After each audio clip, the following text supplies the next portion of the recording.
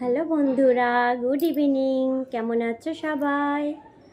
আশা করছি সবাই খুব ভালো আছো, আমরাও ভালো আছি। তো এখন বিকেল 5:30 বেজে গিয়েছে।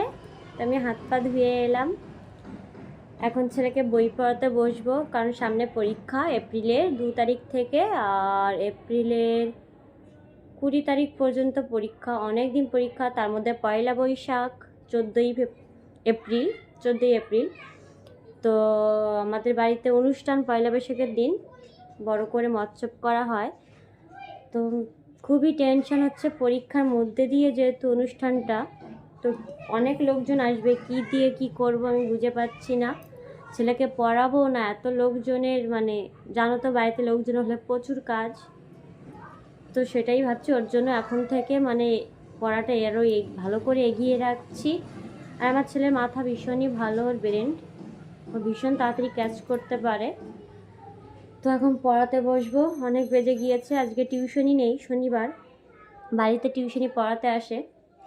তো আজ শনিবার ছুটি। তো এখন পড়াতে বসবো, চা করব, চা খাবো।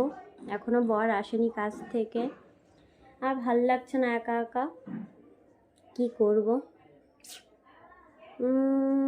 মাথাটা যন্ত্রণা হচ্ছে। তো কি করব, এখন বই পড়াতে বসি, সময় নষ্ট করে লাভ নেই, পড়াতে বসি তাড়াতাড়ি। তো টাটা, বাই বাই।